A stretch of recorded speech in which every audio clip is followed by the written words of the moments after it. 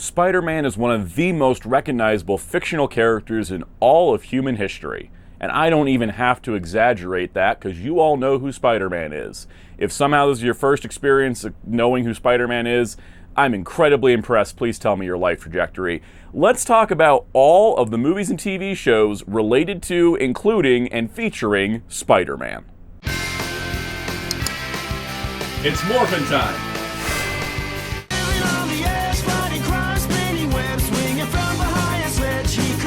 Hello, this is Soundout here, and welcome to my Spider-Man viewing guide. This is part of the continuing, ongoing viewing guide series on the channel, which has covered many topics, both more popular and more obscure.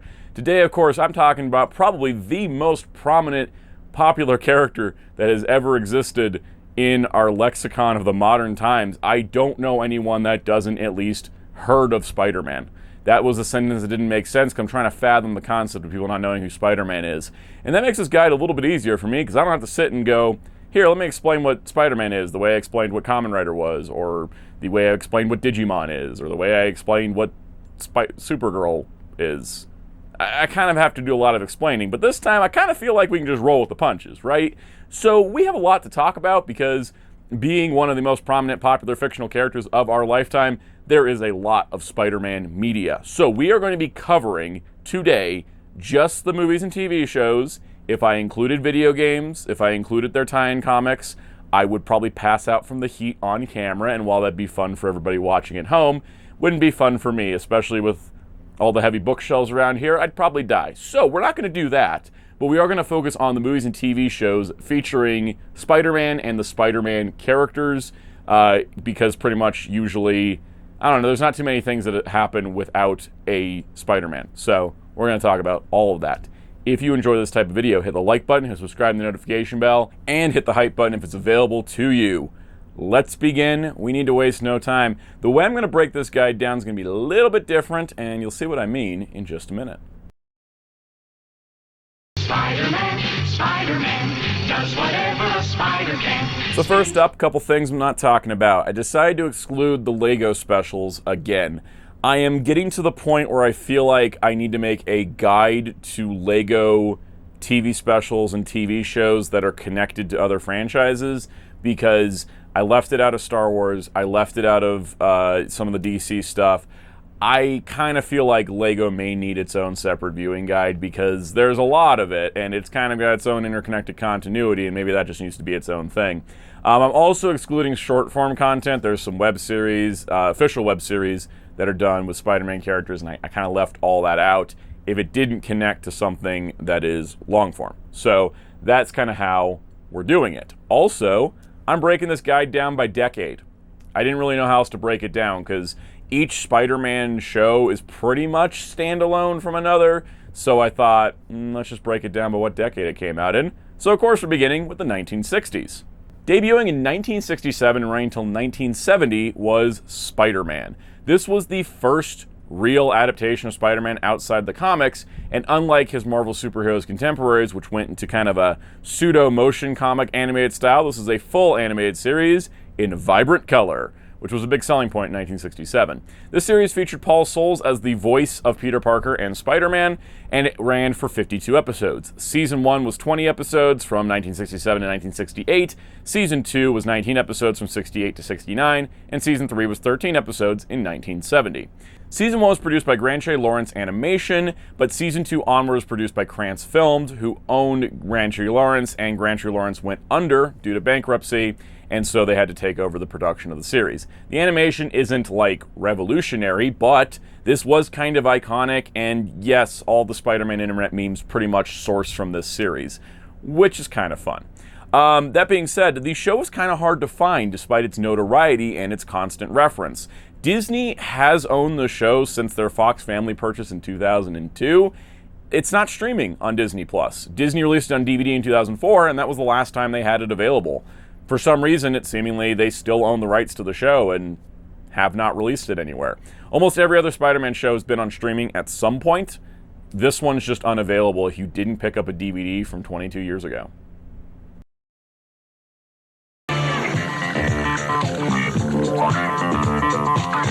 Moving into the 1970s, Spider-Man had his live-action debut in the Electric Company Spidey Super Stories segment, running from 1974 to 1977. Here, Spider-Man was played by Danny Segrin, and he didn't speak traditionally. He spoke through comic book panel word balloons, and he was part of the Electric Company, which was an education show for kids that had different sketches throughout the show in a variety-style format. There was a total of 29 Spidey Super Stories, which were between seasons 4 through 6, I believe, of the series, and he did start in season 4. And he also was fighting villains throughout them and teaching kids lessons along the way. For a lot of people, this was maybe their touch point with Spider-Man, one of the first times they ever saw him, and it's actually pretty cool. And Marvel didn't charge the Electric Company a license to use Spider-Man. They let them use the character because it had a good purpose for educating kids. And I think that's really awesome and kind of a difference in Marvel then versus Marvel today.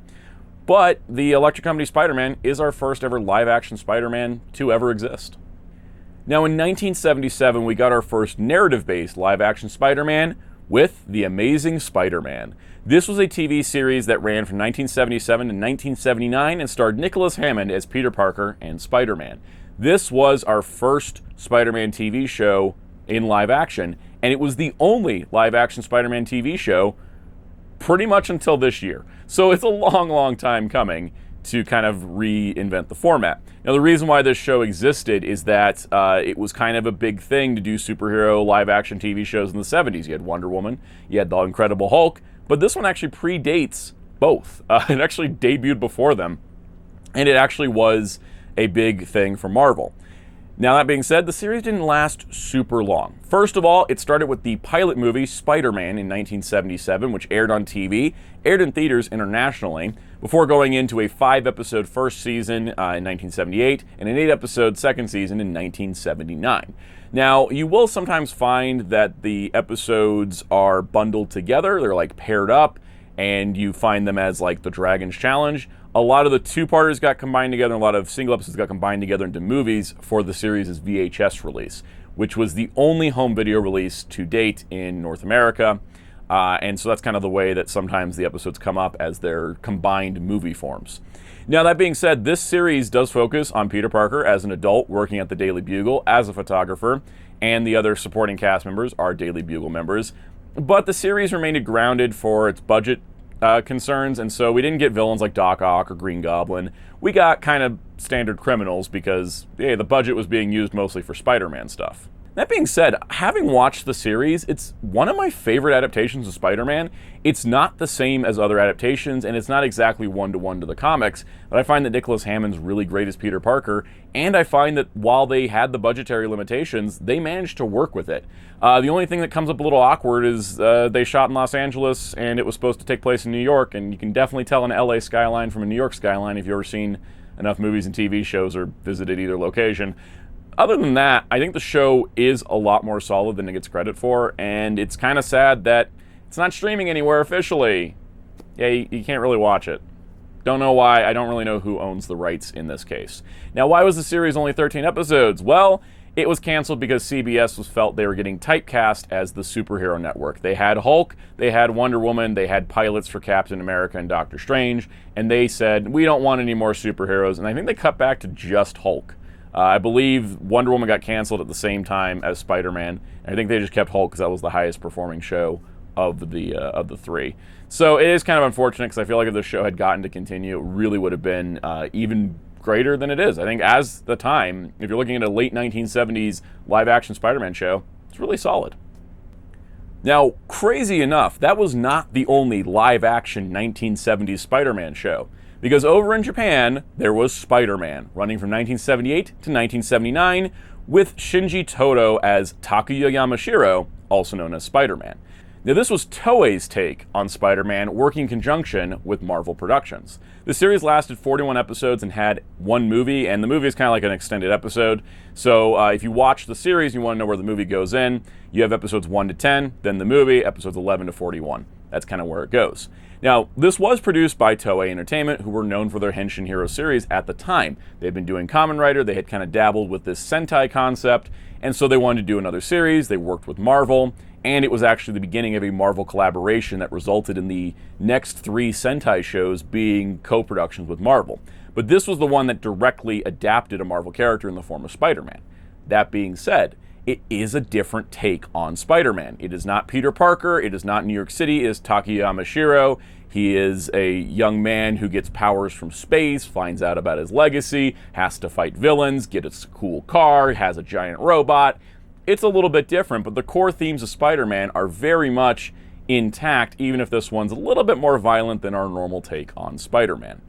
Interestingly enough, the giant robot Leopardon from the series would inspire Super Sentai series later on to have their own giant robots becoming part of their formula. So it's kind of like a very inspirational series in Japan, especially for future tokusatsu productions. And also on top of that, it's well regarded by a lot of people, including Stan Lee. He actually really liked what they did with the character.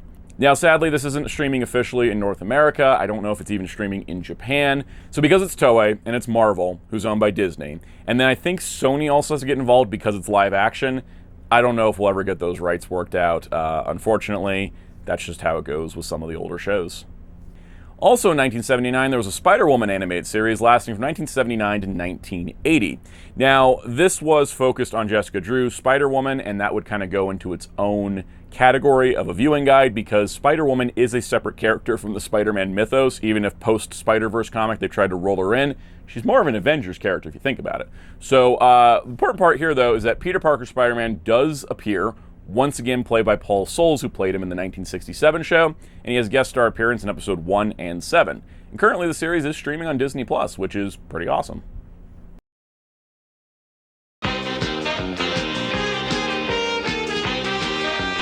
Moving into the 1980s, Spider-Man had a pair of cartoons, one of which is very notable and one of which is sort of forgotten. So let's start with the one that came and got produced first, Spider-Man from 1981 to 1982. This featured Ted Schwartz as Peter Parker and Spider-Man, and it lasted 26 episodes, completely produced in 1981. So this series was produced by Marvel Productions, a subsidiary of Marvel Comics that was specifically made to make TV shows for their comics and other characters, and it was fully funded by Marvel Comics as they wanted to sell this to networks. They included elements of the 1967 series, from Peter's look to the appearance of Betty Brant, because they wanted to syndicate a package of the 67 show and the 81 show together and sell that to syndication networks. Unfortunately, it did have trouble getting out the gate.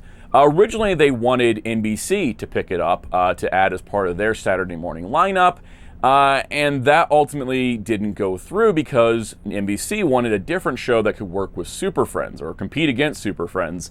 And so because of that, this show, which was about Spider-Man, kind of doing, typical Spider-Man Daily Bugle photographer fights villains kind of story, wasn't what NBC was interested in.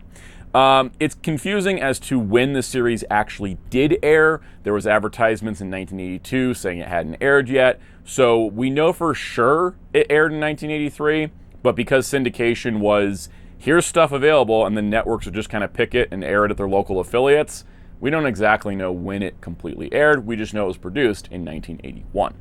Now, if you want to watch the series, it is available on Disney Plus for streaming, and it is got some other characters in it that are non-Spider-Man characters making some guest appearances, but none more so than the next series.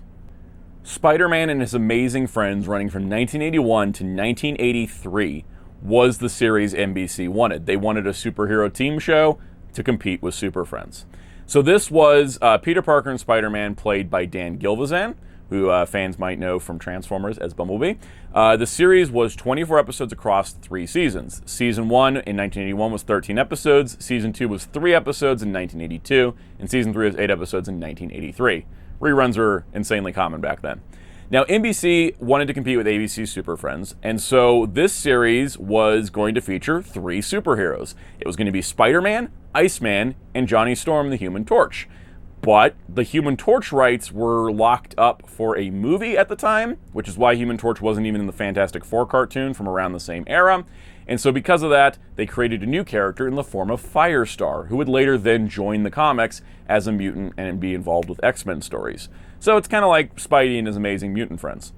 So what's cool about this is Marvel Comics had complete creative control over the series, which is why they retained the rights to Firestar when it was finished. And the animation studios included Mihan Animation and Toei Animation working on the series. So starting in Season 2, NBC also picked up Marvel Productions' 1982 Incredible Hulk series. And so they were packaged together as the Incredible Hulk and the Amazing Spider-Man.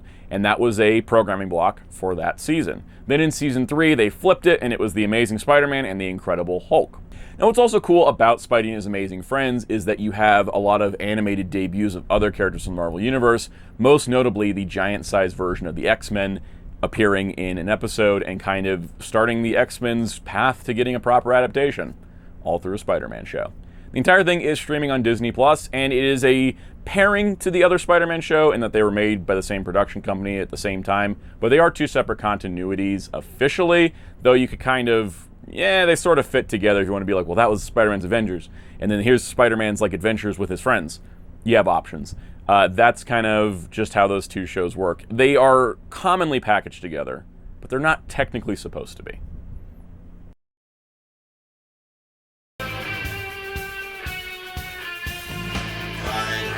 Moving on to the 1990s, we had probably the biggest Spider-Man cartoon for not only viewership, but also future adaptations, which was Spider-Man, the animated series, from 1994 to 1998. Featuring Christopher Daniel Barnes as Peter Parker and Spider-Man, this was our first serialized, ongoing narrative Spider-Man show. This series lasted a healthy syndication package of 65 episodes across 5 seasons. The first season was 13 episodes, airing from 1994 to 1995. The second season, titled Neogenic Nightmare, which actually did feature on the title cards Neogenic Nightmare Part 1, Neogenic Nightmare Part 2, etc., meaning you can't get the show out of order because they actually have title cards that tell you what part and what episode in the season it is. But Neogenic Nightmare lasted 14 episodes from 95 to 96. Season 3 was known as Sins of the Father for 14 episodes in 96. Season 4, Partners in Danger, was 11 episodes in 1997, and Season 5 was 13 episodes from 97 to 98, broken down into the following story arcs. The Wedding, which was 1 episode, 6 Forgotten Warriors, 5 episodes, Return of Hydra Man, 2 episodes, Secret Wars, 3 episodes, and Spider Wars, 2 episodes. So this was pretty serialized after the first season, though it was kind of like episodic serialized, like you would have like, all right, here's our ongoing Neogenic Nightmare, but here's like the Morbius episode. So it kind of breaks down that way. That being said, Season 1's mostly about setting up major villains, and most of the episodes are directly inspired and directly adapting classic comic book issues. And then in a lot of ways, every Spider-Man adaptation that would follow kind of adapts this show's version of those comic stories, more so than the original comics themselves. It's kind of a similar thing that happened with X-Men, where X-Men the animated series adapted the comics directly, and so everybody kind of used the animated series as their basis for doing future adaptations, which leads to some weirdness, and there's definitely a whole conversation to have about Spider-Man adaptations leaning on the 90s show as opposed to the original comics, but we can have that at a different time. The interesting part, too, is this did introduce the concept of the Spider-Verse. The Spider-Wars 2-parter featured Spider-Mans from multiple universes, years before the Spider-Verse comic existed. So there you go. So the series was produced by Marvel Films for Fox Kids, and it was animated by TMS Kyokyuchi. Now, the CGI city backgrounds were actually done by Chronos Digital Entertainment, and that was done to kind of give the show like a modern feel and a modern vibe, and kind of give it a little bit of flair. Now, interestingly enough, in the series, and kind of notable, Spider-Man doesn't throw a punch. He never punches any of his villains. He's always using, kind of non-direct conflict ways, webbing, that sort of thing to work with it. It's always accounted to like, oh, the censors wouldn't allow it. And there's a lot of things in the show that the censors wouldn't allow in any show. But in particular, when it comes to the punching, showrunner John Semper Jr. wanted Spider-Man not to punch his villains because he wanted to show kids other ways of solving conflict besides just using your fists. And honestly, that's actually really cool and gives the show a little bit of a leg up on some other Spider-Man adaptations. And honestly, I think that's kind of a cool reason to do it and not just, well, we were told he can't punch anybody. So, pretty awesome. The entire series is streaming on Disney+. I believe the episode order is correct, last I checked. And what's interesting is that this was part of the overall 90s Marvel animated universe shows, which have a lot of continuity hiccups, actually, not just a lot. But there is actually several appearances by Spider-Man in other shows, as the following. In X-Men, in the episode Child of Light, he was a cameo as just a hand. They legally couldn't use Spider-Man, but they kind of threw his they threw his web hand in there a little bit. In Fantastic Four, in Nightmare in Green, we see Spider-Man in the Ben Reilly costume as just kind of a quick thing going by in the city. And then in more direct cameos, in X-Men 97, Tolerance is Extinction Part 1, we saw Spider-Man, and in Part 3, we saw MJ and Peter, and then in Weapon X Lives and DVDs, Morph transformed into Spider-Man, also not punching anybody. Very, very nice for Morph to keep the canon. Now, with Spider-Man the Animated Series being a huge success, it did sort of get ended. It's kind of weird because they ran their 65 episodes, which again, perfect syndication package. So there wasn't a proper ending, and then the idea came kicking around. They're like, oh, we should do a sequel. We should do a reboot. We should do a Spider-Man show that's based on the original comics. We should do a Spider-Man show based on Spider-Man 2099. And ultimately, all those ideas kind of boiled down to give us 1999's Spider-Man Unlimited, which is pretending it's part of the continuity with the previous Spider-Man show, but it is a completely separate continuity. This features Rino Romano playing Peter Parker and Spider-Man before he played Batman in The Batman in 2004. And this lasted for 13 episodes, though the year range is 1999 to 2001, because it began airing on Fox Kids in 99, and then it was canceled because Pokemon on Kids WB overshadowed everything in Kids TV. Fox Kids then was like, we need a monster collecting anime quick, and we got Digimon. And so Digimon comes in and they want to fill the schedule with Digimon, so a bunch of shows got like shoved off and pushed away.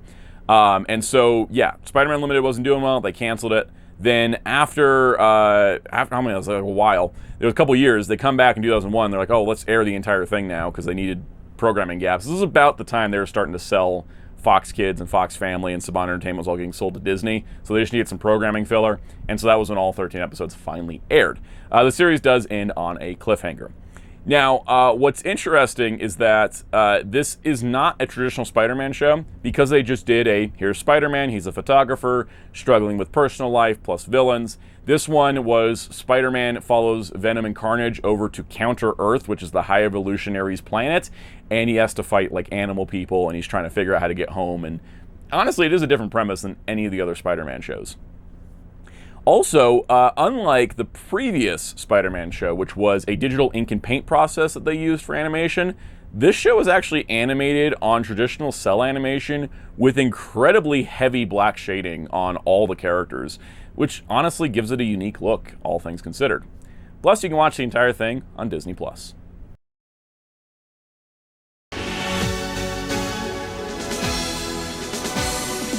Moving into the 2000s, we had the biggest deal for Spider-Man. The first produced for theaters, big budget Spider-Man film in 2002. Now, this was after so many years in development. There was so many versions of a Spider-Man movie throughout the 90s, different studios involved, all kinds of different things, but the version that actually finally came out was put out by Sony Pictures, directed by Sam Raimi, starring Tobey Maguire as Peter Parker Spider-Man. This was the origin of Spider-Man from high school up to college, fighting the Green Goblin, dealing with relationship dramas, dealing with personal conflicts, dealing with villains, balancing great power and great responsibility. This movie kind of has it all. It really becomes the origin of Spider-Man as a whole. Now, also, in this movie, they made the choice to give Peter Parker organic webbings. Previous Spider-Mans, all the way back to the comics, always had it that Peter had to build web shooters to get his webs going.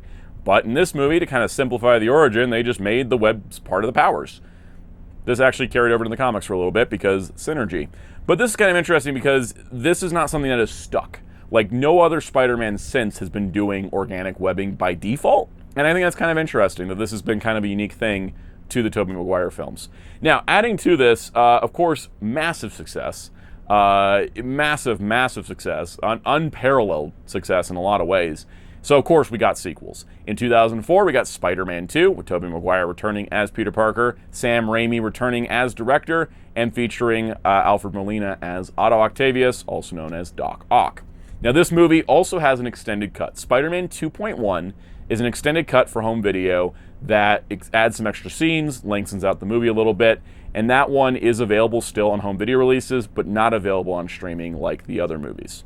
And then in 2007, the trilogy wrapped up with Spider-Man 3, featuring Tobey Maguire once again as Peter Parker, and this was a movie that was packed with Sandman, Green Goblin, and Venom. I do believe Sam Raimi was against Venom being added, but Sony was very pushy on that. which led to us not getting a Spider-Man 4. There also is an editor's cut of this movie, which is a rearranging and some replacements of scenes. Not technically an extended cut, it's about the same length. And that is only available on some editions of the Spider-Man Trilogy Blu-ray, also not on streaming. But the theatrical versions of all three are available on Disney+, and a couple of them are available on Netflix. I don't feel like I need to go too deep into the Spider-Man movies because of how massive successes they are, but if you never checked out this trilogy, they are definitely probably an easy entry point into Spider-Man. Especially that first movie is kind of giving you every major aspect of Spider-Man in one go. Now, due to the success of that 2002 film, in 2003 we had Spider-Man, the new animated series, featuring Neil Patrick Harris as Peter Parker Spider-Man. This lasted for 13 episodes, airing in 2003. This was produced by Marvel Enterprises, Sony Pictures Television, MTV, and animated by Mainframe Entertainment. This was our first totally CGI Spider-Man show. This was aimed at an adult audience as opposed to a kid audience, so there's sex and violence and blood, and a little bit of cursing, and that was why it was airing on MTV. There's also no Aunt May because MTV's viewer demographic said don't put old people in it or it'll fail. It also only lasted 13 episodes, so it didn't matter. Anyways, the point is, this show was originally designed to be a sequel to the 2002 Spider-Man movie, and it features Peter in college, MJ in college, Harry in college, without kind of acknowledging anything that happens in Spider-Man 2 because that didn't exist yet. And Spider-Man 2 wasn't made trying to conform to a 13-episode TV show. That was made to cash in on the hype of that first movie. Though you can kind of see this alternate version of how that universe could have continued. They definitely reference all the events of the first movie, so it's kind of a fun thing for that. The episode order on this was ridiculous. They aired it completely out of order, even though there is ongoing continuity, so be careful, look up a guide. Also, it is not streaming on Disney Plus anymore. It was for a time, and now it's only available through digital video on demand purchase. I do think that it's a fun show and it's a different take, and it's nice to kind of see maybe like a little bit of an older aimed Spider-Man animated series, because we don't really get those that often, so it's pretty cool to check out for that. In the Fantastic Four World's Greatest Heroes animated series, which lasted from 2006 to 2010 in a similar canceled and then aired the episodes later situation, the episode Frightful features a freelance photographer voiced by Sam Vincent. Boy, that looks like Peter Parker, doesn't it? Yeah, it's supposed to be. The licensing for Moonstone Productions making Fantastic Four World's Greatest Heroes and Marvel Entertainment did not involve Sony, which means they could not use Spider-Man because Sony had the animated rights to Spider-Man and the television rights at the time. That's changed since, but at the time they had the TV rights.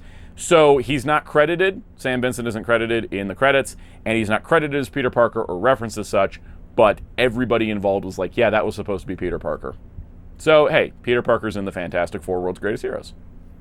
The next major Spider-Man animated series came in 2008 with The Spectacular Spider-Man. This was featuring Josh Keaton in his first time playing Peter Parker and Spider-Man. He's played him multiple times since. And this lasted for 26 episodes, a 13-episode season 1 in 2008 and a 13-episode season 2 in 2009. This is a well-loved and well-beloved adaptation of the character, bringing Peter Parker back to his high school years. Now, at the time, this was actually different, because if you looked at all the prior animated Spider-Man shows, the 60s show, the 80s show, Amazing Friends, the 90s show, Unlimited, and the new animated series, all those shows were college-age or older Peter Parker. This was the first time we had high school Peter Parker in a TV show. Also, unfortunately, we would never get a non-high school Peter Parker in a TV show since then. But it was the first time they did that. So this was produced by Sony's Culver Entertainment Division and Adelaide Productions, with Han Hyung-up company Dongwoo Animation and MOI Animation working on the animation services. The series originally debuted on the Kids WB block of the CW network, which also was going through some changes, and then when they changed and got rid of their Kids block, it moved to Disney XD for season 2, which is interesting because it moved to Disney XD, I believe, before Disney's purchase of Marvel finished. So it was kind of like a precursor going on there. The series itself is serialized per season, which means each season does have a wrap-up. So while it technically doesn't tie up everything completely at the end of season 2, it's not a massive cliffhanger, but it does have a little bit of incompleteness because they did have about 5 or 6 seasons planned of stories. That being said, the reason why it was canceled, well, there was a couple reasons. First of all, the official reasons was that it had low ratings when it moved to Disney XD, which, yeah, okay, you move from a network that almost everybody has to a cable network, your ratings are going to go down. And then the low sales on the DVDs, which were still doing the 3 to 4 episodes of volume thing, so no surprise there. And then the cancellation also might have been involved with Disney's purchase of Marvel and them getting the TV rights to Spider-Man and wanting to do their own thing. And pointing to low ratings and low DVD sales is kind of an easy out to cancel a show. I'm not going to say for certain, but there definitely probably was a factor of the Marvel purchase at the same time as the ratings drop from the moving of networks. It was streaming on Disney Plus for a bit. It's no longer streaming on Disney Plus. You can only watch it officially through digital video on-demand purchase. Interestingly, this version of Spider-Man did not go away. He reappeared in Across the Spider-Verse in 2023, once again voiced by Josh Keaton. Speaking of Josh Keaton voicing Spider-Man, the Invincible comic book series had a crossover with Spider-Man known as Marvel Team Up number 14, and that's a part of the Invincible story. So when the Invincible TV show went to adapt that part of the story, they obviously couldn't use Spider-Man, so they created a new character called Agent Spider, who's voiced by Josh Keaton. He appears in the episode I Thought You Were Stronger, in case you want to go check it out for yourself. I'm not saying they did anything, but it's kind of fun. They got Josh Keaton to play another character with Spider in the name. The Avengers Earth's Mightiest Heroes, premiering in 2010, running until 2012, had featured Spider-Man. And Peter Parker and Spider-Man here was played by Drake Bell, and appears in episodes Along Came a Spider, Yellow Jacket, New Avengers, and Avengers Assemble. However, there was a production change. When they originally recorded the episodes, it was Josh Keaton who voiced Spider-Man in all the episodes. Later on, somewhere between recording and release, they replaced all of his dialogue with Drake Bell. The reason for this: Spectacular Spider-Man had been canceled. Ultimate Spider-Man was the next show coming up where Drake Bell voiced Spider-Man. I believe Disney was the one that said, let's put Drake Bell in to promote our upcoming show. That, unfortunately, means we don't have the audio of Josh Keaton voicing Spider-Man in these episodes. And if you watch the episodes, especially Along Came a Spider, you can tell this was supposed to be Spectacular Spider-Man. And the producers wanted this to be the same continuity as that show. Unfortunately, we probably will never hear that audio recording. I believe there's 1 or 2 lines that might still be Josh Keaton in the final episodes, but sadly, we won't ever see that alternate version. It is officially lost media. It is streaming on Disney Plus if you want to check out the Avengers Earth's Mightiest Heroes episodes. Also check out the whole show. It's a pretty great series.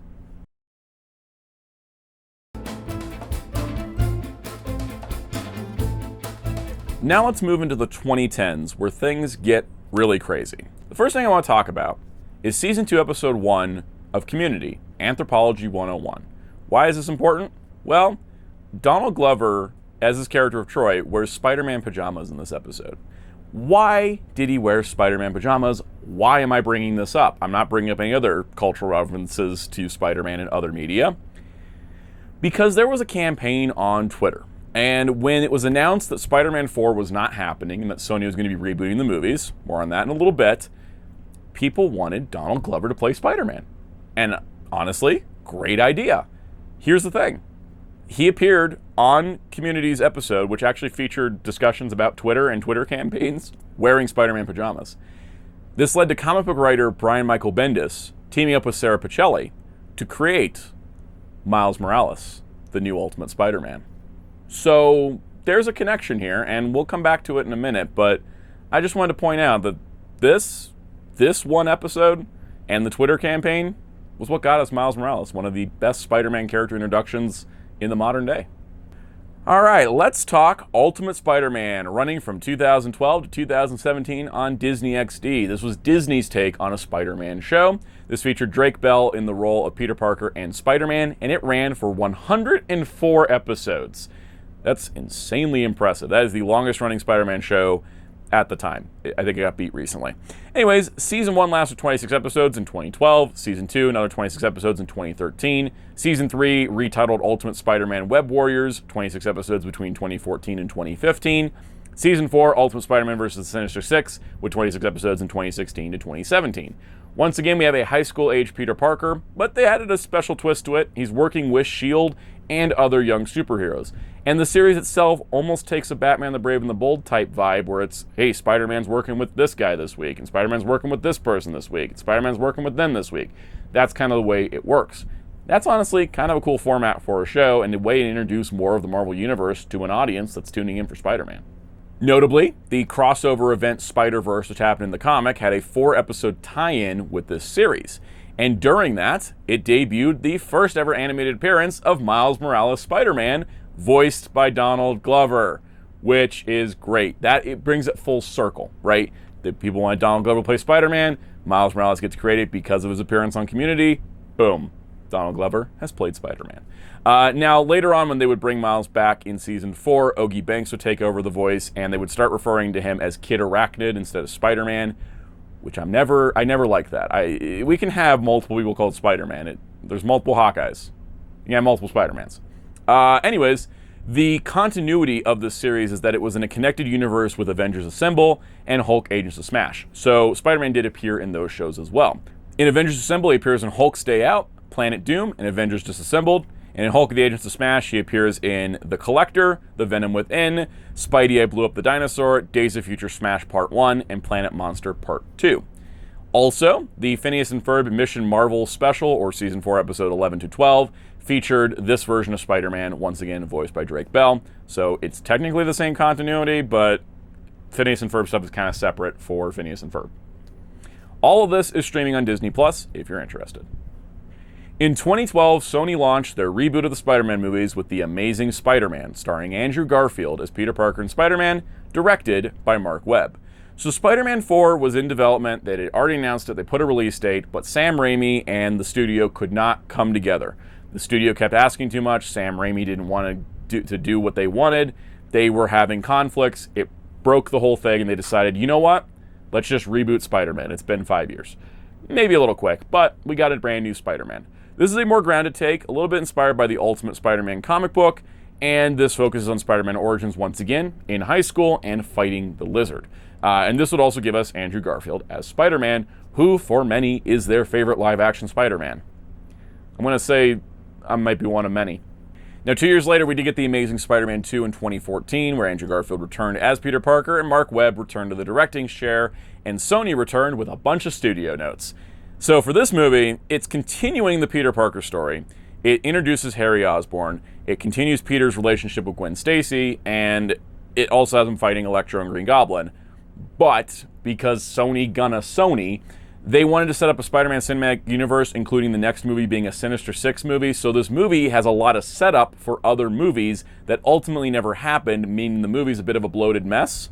And because of this, the box office was lower than any of the other Spider-Man movies prior, and Sony said, you know what, let's scrap all these plans and ship Spider-Man off to the MCU. More on that in a little bit. Unfortunately, the second movie does get torpedoed a lot by a lot of setup for things that never happened. And so, we're not going to talk about what didn't happen, we're going to talk about what did. Also, both movies are streaming on Disney Plus if you're looking for them. Marvel Disc Wars The Avengers from 2014 to 2015 was a anime series in Japan to sell a Bandai toy line featuring the Avengers, and it featured Spider-Man in a guest appearance role. So Peter Parker's Spider-Man was played by Shinji Kawada in Japanese and Robbie Damon in the English dub, and he appeared in episodes 1, 2, 4, 6, 7, 9, and 10. The series itself is kind of in a weird limbo state because of Bandai's involvement. It was never distributed outside of Asia. The English dub was only aired on Disney channels in Asia, despite being produced by Studiopolis in Los Angeles. And the series has not been available streaming officially outside of those regions. I don't even know if it's streaming in those regions. It's hard to check these things, but definitely not streaming in North America anywhere, and never had a proper release over here as well. So in 2016, Peter Parker, Spider-Man, joined the Marvel Cinematic Universe, and we're going to go through all of it. So Tom Holland was cast as Spider-Man, and this was a deal between Sony Pictures and Marvel Studios. Marvel Studios retains rights of the MCU and the Marvel Cinematic Universe. Sony Pictures is like, hey, you can use Spider-Man in some stuff. We get to make Spider-Man movies that are in your universe. Dual benefit for all of us. Also, that deal almost blew up because Disney started asking for way too much of a percentage of distribution money off of a movie they weren't making, but it all worked out, so we're not worried about it. But the way that Spider-Man got into the MCU is through a lot of caveats, a lot of contract negotiations, and a lot of deal rights to merchandise money and all kinds of stuff. But the Spider-Man titled movies themselves are produced and made by Sony with input from Marvel, but they are still Sony movies at the end of the day. So, let's talk about how Spider-Man has appeared in the MCU. So Peter makes his debut in Captain America Civil War. It's where we get introduced to Tom Holland as Peter Parker. And this is Spider-Man, who's been a friendly neighborhood Spider-Man, but Iron Man recruits him to help out with some stuff, mostly fighting Captain America, and that leads to him kind of leveling up and joining in with the rest of the Avengers at this time. This would continue into Spider-Man Homecoming in 2017, which was directed by John Watts and features Peter fighting the Vulture while also trying to get taken seriously by Iron Man and maybe getting a little desperate in that goal there. Spider-Man was a big part of the big Avengers event, Avengers Infinity War in 2018 and Avengers Endgame in 2019. Both movies would have major changes for the MCU, but also for Peter's character arc. And so with Infinity War, he was a major character there. He had a solid appearance in Endgame. That would lead him to Spider-Man Far From Home, 2019 as well. Came out a couple months after Endgame.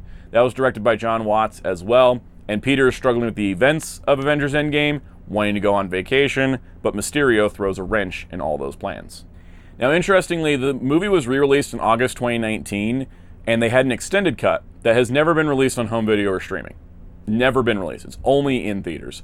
But all the footage that was added to the extended cut was released as a short called Peter's To-Do List, which was exclusive to the Blu-ray for Far From Home. So it's still available, it's just not inserted into the movie. But it's weird that there's an extended cut that was theatrical exclusive, and then just never released it again. Wrapping out his initial trilogy in 2021 was Spider-Man No Way Home, also directed by John Watts, which would be his final Spider-Man film. And this features the fallout of Far From Home's ending, as well as Peter trying to fix that by getting help from Doctor Strange. The magic spell that Doctor Strange uses ultimately backfires, cracking the multiverse open, and Spider-Man villains and heroes from the past start showing up left and right, and it kind of makes a big old crazy Spider-Man movie that's also a celebration of the Spider-Man film legacy to this point. There was an extended cut called the More Fun Stuff version, which added some deleted scenes back into the movie, and personally speaking, I think wrecks the pacing. And this was done in September 2022 for theatrical release. It later got a digital release, but they've never put that version out on physical media. So it took 5 years, but another Spider-Man movie is coming. Coming out literally right now is Spider-Man Brand New Day. This is a 2026 film with a new Spidey director in the form of Destin Daniel Cretton, coming off of his success with Shang-Chi and the Legend of the Ten Rings. This is going to be focusing on Peter's new lonely life following the events of No Way Home. And it will also see him encountering characters like the Punisher and the Hulk and a mysterious new villain that they haven't told us who it is yet. And that's not all for the Spider-Man in the MCU, because he has appeared in the What If series. The What If animated series shows alternate universes to the MCU, and in What If Season 1, Episode 5, What If Zombies, it features Zombie Hunter Spider-Man, voiced by Hudson Thames. Now, this is a version that's kind of similar to the Tom Holland Peter Parker we see in the movies, but because legally they don't have the rights to that version to use without Sony's involvement, he's actually wearing the Avengers Campus costume, which is a theme park land in Disneyland, and then there's nothing like connecting him directly to the Sony movies because of that. This would also we'd see this go forward where other characters that sort of appeared in the Spider-Man Sony movies would be radically different in What If, for legal reasons. But they were able to feature him. Then the Marvel Zombies TV show, which was a 2025 follow-up to that episode, was specifically a 4-part series as opposed to a special, simply because Disney doesn't have the rights to animated Spider-Man past, I think, 40 minutes. So they couldn't make a special. They had to split it up into episodes to feature Spider-Man, who was a big part of the episodes. That makes sense. And he appeared in episodes 3 and 4. All the MCU Spider-Man stuff is currently streaming on Disney+. Now, Ultimate Spider-Man may have wrapped up in 2017, but Disney, learning no lessons from what happened to Ninja Turtles, immediately put in a new reboot of an animated series with Marvel's Spider-Man from 2017 to 2020. Did not last nearly as long. This featured Robbie Daymond as Peter Parker and Spider-Man. Ironically, I think it's reprising his role from Marvel's Disc Wars The Avengers.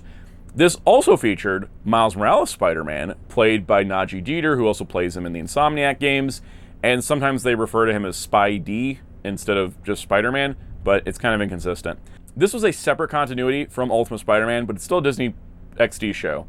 And it still crosses over with Avengers Assemble, even though Avengers Assemble crossed over with the previous Ultimate Spider-Man. And there's a Guardians of the Galaxy cartoon, and the Guardians of the Galaxy were in Hulk, and they were in Ultimate Spider-Man, and they were in Avengers Assemble, but that was completely different, because that was kind of like a proto-movie version. And then, so you have Avengers Assemble, and like the first 3 seasons are one art style, and then they like shift the art style like halfway through one of the seasons, and then like the last 2 seasons are a different art style. So technically, shouldn't the different art style signify that the last 2 seasons of Avengers Assemble are actually part of a new continuity, which has Guardians of the Galaxy and Marvel Spider-Man, because those 3 shows share an art style, whereas Ultimate Spider-Man in the first half of Avengers Assemble and Hulk Agents of Smash are like another art style. They should have just rebooted the Avengers cartoon if they're rebooting the universe. Anyways, that all aside, if you want to watch Spider-Man, it's 38 episodes and 6 shorts. The 6 shorts are the origin shorts that came first. Those are recompiled as Season 1, Episode 1. Then Season 1 was 26 episodes, Season 2 was 26 episodes, and Season 3 was 6 episodes because they were 44 minutes each. And Disney Plus cuts those into their normal 22-minute runtime to match the rest of the series. So it's sometimes 6 episodes, sometimes 12 episodes, depending where you look. So it does share continuity with Avengers Assemble and Guardians of the Galaxy. Here is the Spider-Man guest appearances. In Guardians, he was in Back in the New York Groove and Drive My Carnage. And then in Avengers Assemble, he was in Vibranium Curtain Part 2. All of that is streaming on Disney Plus. In 2017, the Marvel Future Avengers anime series by Madhouse Productions and Walt Disney Studios Japan featured Shinji Kawada once again as Peter Parker Spider-Man in Japanese and Robbie Daymond once again in English.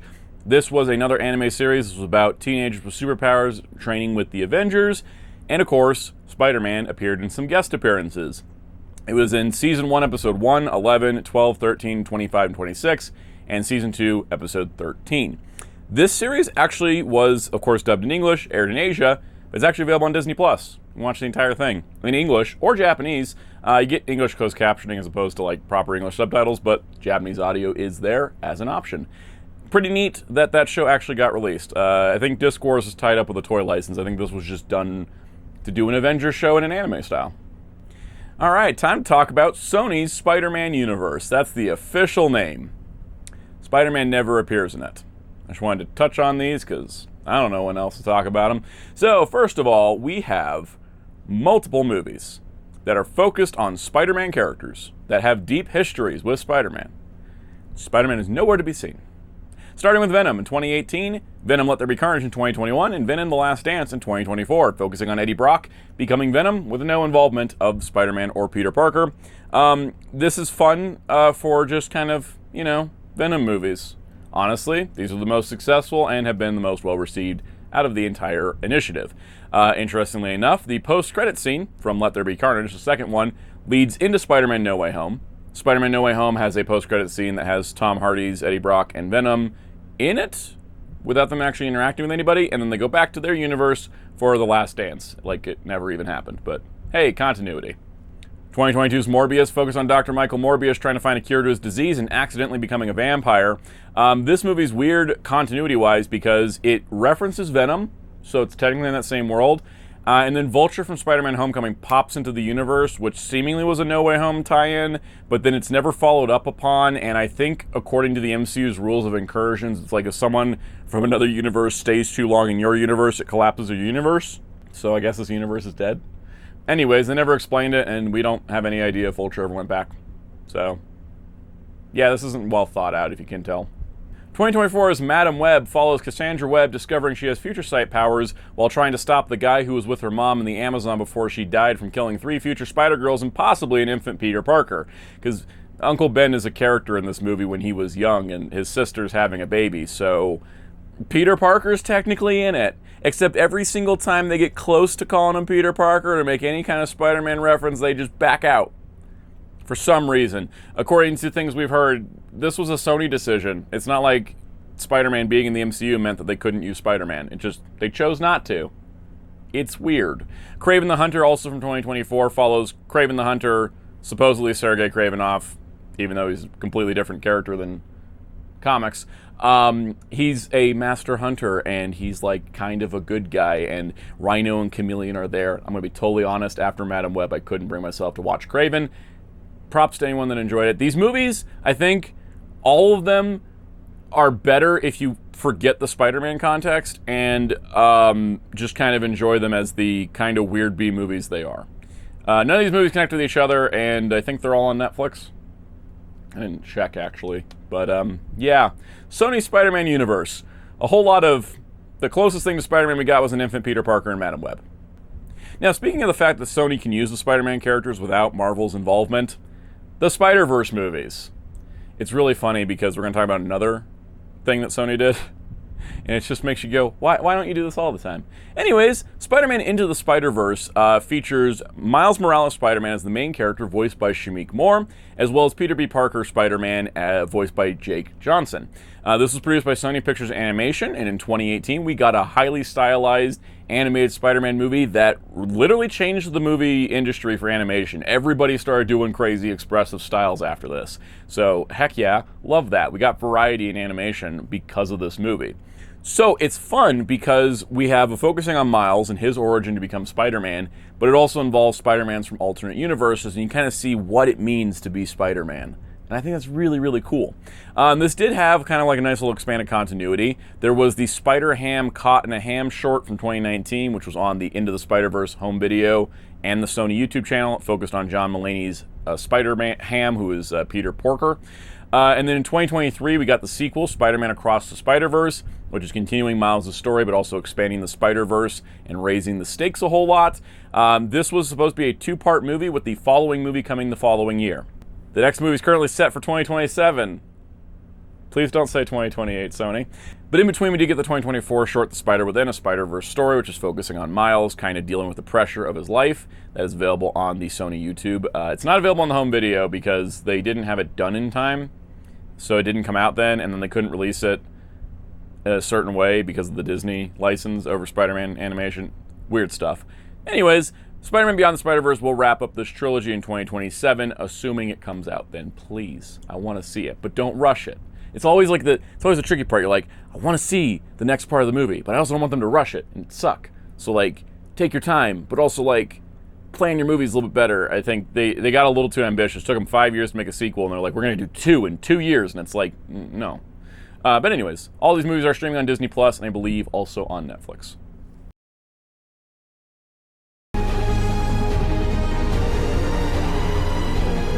Moving into the 2020s, we have the new longest-running Spider-Man show that's going to keep chugging along. Spidey and His Amazing Friends, starting in 2021 and still going.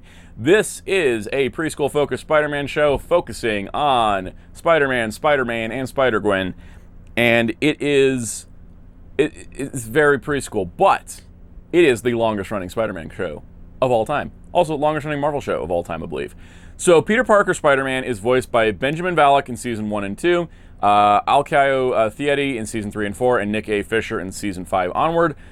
I don't know who any of them are, and I was trying to find info. I think they're all kid actors because the characters are kids in the show, and that's why they keep changing. Miles Morales Spider-Man, for some reason called Spin, is played by Jakari Frazier in Season 1 to 3, and Carter Young in Seasons 4 to 4 onward. So it's kind of cool that they keep the voice cast fresh, because they do sound like kids. I think they actually are kid actors. So for the series breakdown, strap in. 52 shorts, 108 episodes, 1 TV special so far. Here's the breakdown. Season 1 shorts, 11 episodes from 2021. Season 1 lasted 25 episodes from 2021 to 2022.